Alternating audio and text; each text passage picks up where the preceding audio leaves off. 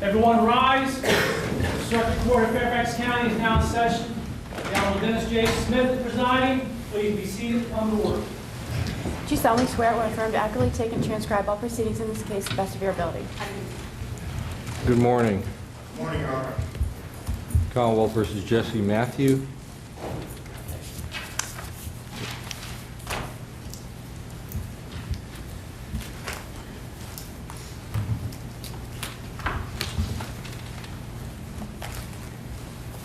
Well, arraigned.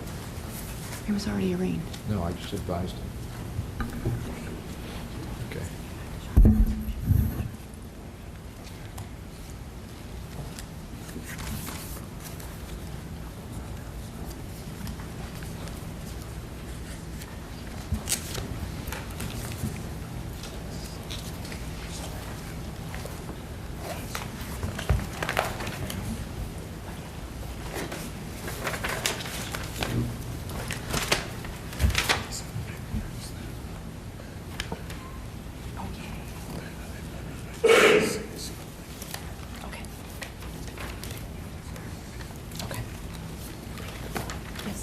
Ready, Your Honor. Thank you. Okay. Is Mr. Matthew prepared to enter a plea to the charges at this time? Not guilty. Was that, sorry, I couldn't hear that. Not guilty. All right. My understanding is Mr. Campbell is not going to be here today? That's correct, Your Honor.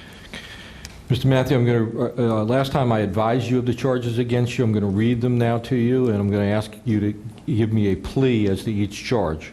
The grand jurors of the Commonwealth of Virginia, in for the body of the County of Fairfax, and attending this court at its September term 2014, charge that on or about the 24th day of September 2005, in the city of Fairfax, you, Jesse Leroy Matthew Jr., did feloniously, willfully, deliberately, intentionally, and with premeditation attempt to kill R.G. in the commission of or subsequent to an abduction with the intent to defile. How do you plead to that charge? Not guilty.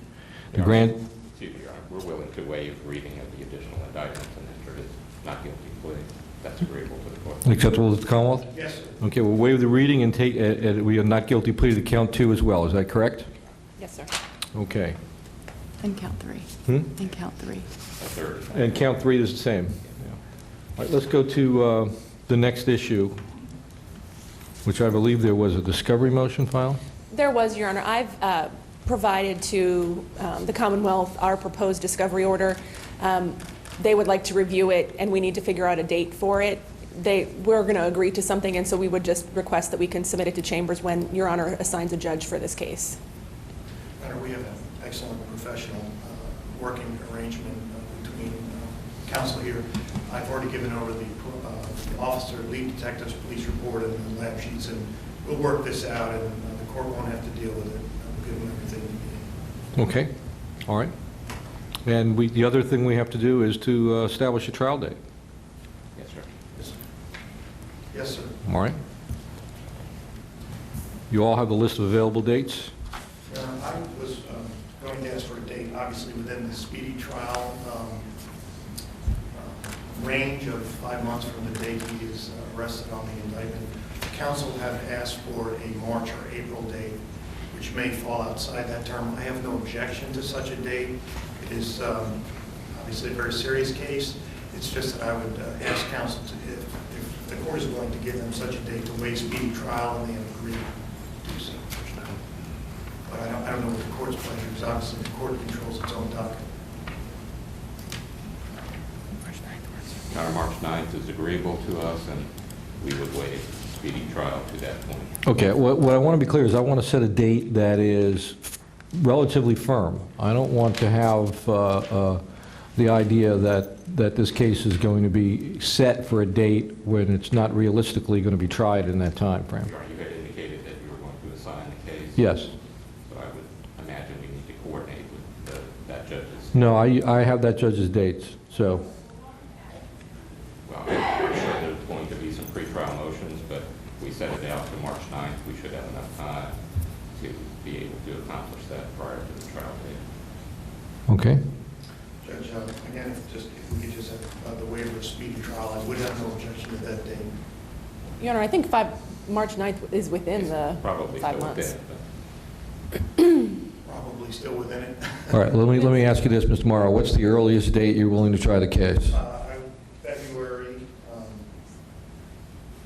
see, February 18th, good date. All right, so he's willing to try it February 18. You want March 9. Are you willing to waive speedy trial between February 9 and February 18 and March 9? Yes, sir. Okay, so there's a waiver of speedy trial for that time frame. We'll set the case on March 9. Give me 1 second here, because I do need to...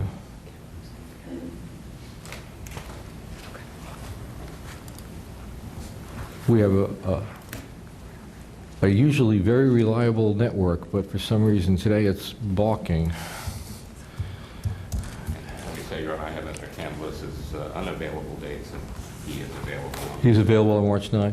And how long do you anticipate the trial to take? A couple of weeks. 6-7 days.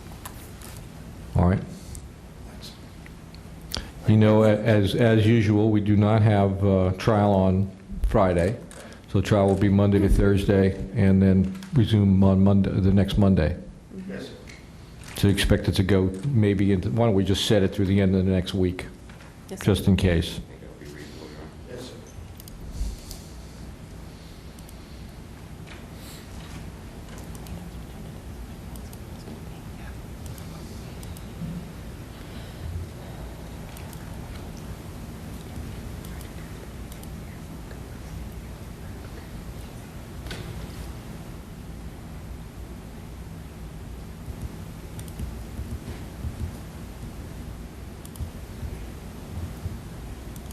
May I inquire, Your Honor, as to who the assigned judge will be, so I can note that? Judge David Schell.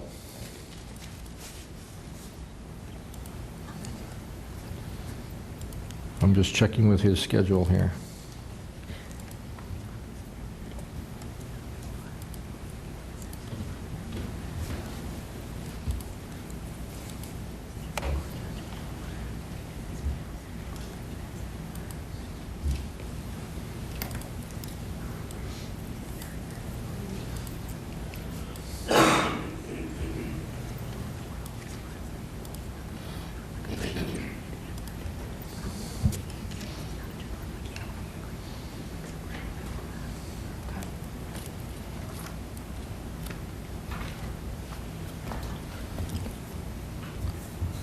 Those dates are fine. March 9, we'll set it for 8 trial days, and hopefully it'll be done, included in less than that time. If there's anything you have that comes up during the course of your preliminary work to indicate that it's going to be longer than that, please let us know.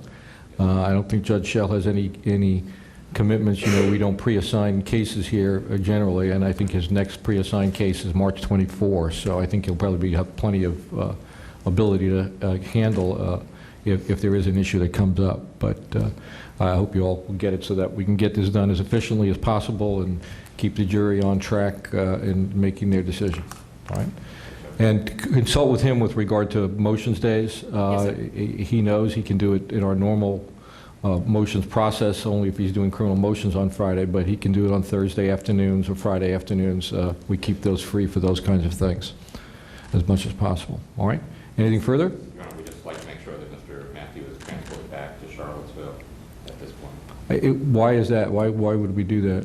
I mean, I'm just curious. Well, he has, of course, other charges pending down there that may, Is that charge set for trial? he has a preliminary hearing there on December 5th. Okay. All right. Well, we'll transport him back for that, but I would think that after that, we'd want to get him back up here. I don't want to interfere with the communication between counsel and the defendant, and so I'd rather have him up here, but he does have a pending hearing in Charlottesville, so I think it's appropriate to have him back down there pending that hearing. Of course, Mr. Campos is on both cases, Your Honor. So- Right, right, and I'm sure you can coordinate with him about things, but I just as soon have him near the court that's going to have the next hearing date as much as possible. All right? Well, thank you very much. The defendant's remanded to the custody of the sheriff. No change in bond status at this time.